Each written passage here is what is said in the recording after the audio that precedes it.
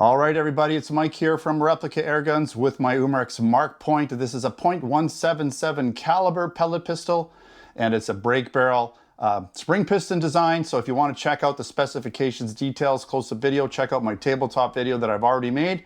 We're going to just basically be shooting this gun, finding out what the velocity is here. I'm going to get the chrono warmed up here.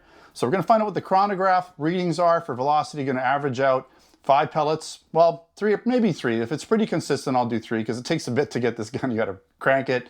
You know, it's not a semi-auto, right? So we're gonna probably put about, hopefully 10 rounds into the target. We'll see how much time we have.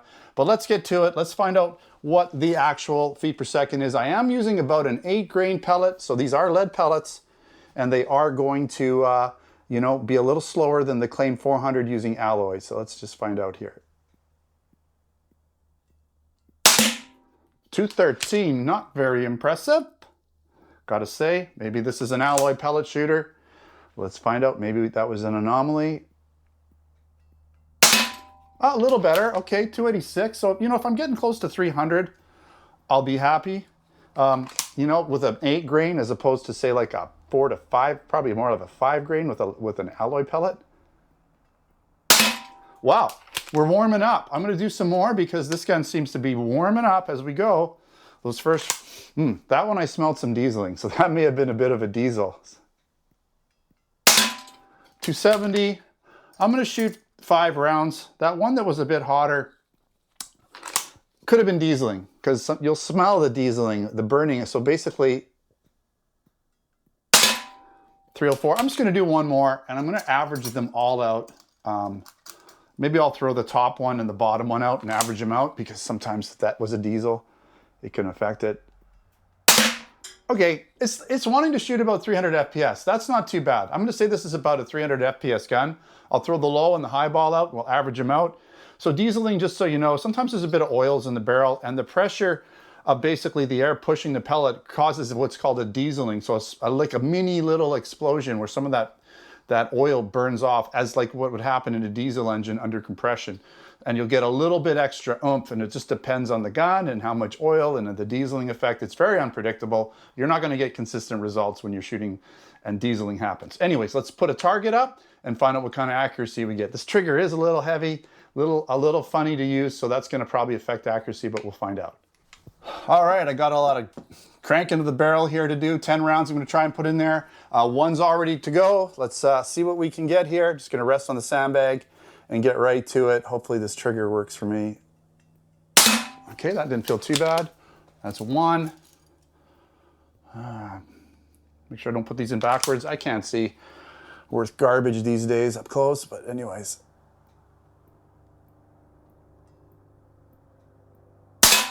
2.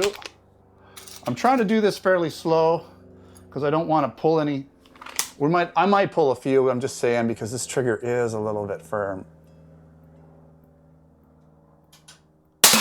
But so far I don't feel like I've pulled any. I believe that's 3. 4, that one's okay. 4. Oh, that one went in backwards. I'm just gonna shoot it low. Oh, that one hit that one doesn't count. It went in backwards. Okay. 5. I think it's 5. I don't have a lot of time. 6. Metaglasses only go for 7 minutes or 3 minutes. So I gotta at least get the shooting portion to happen here. 6. 7.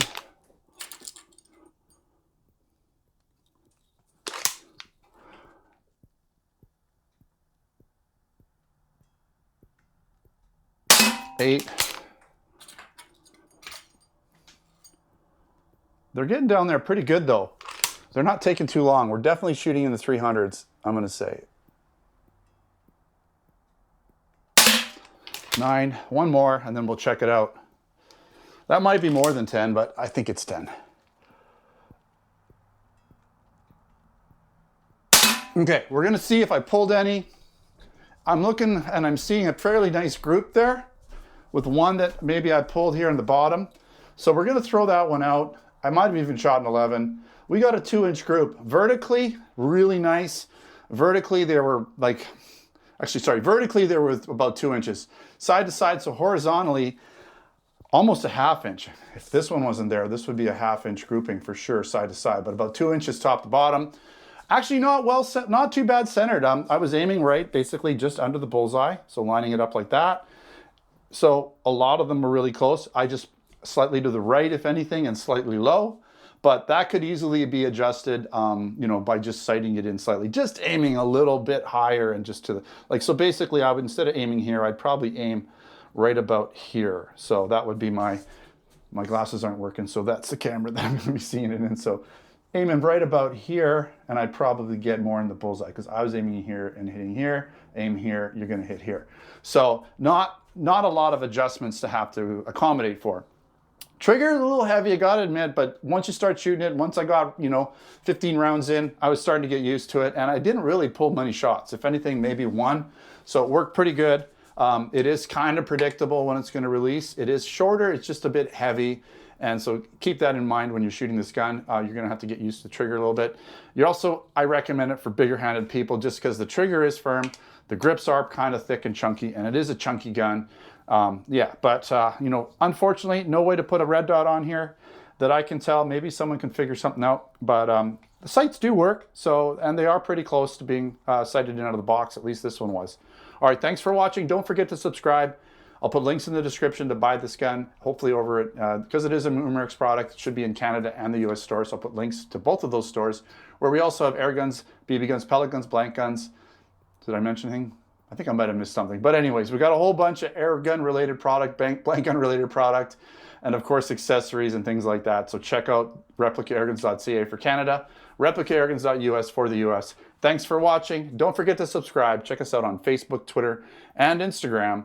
Until next time, take care.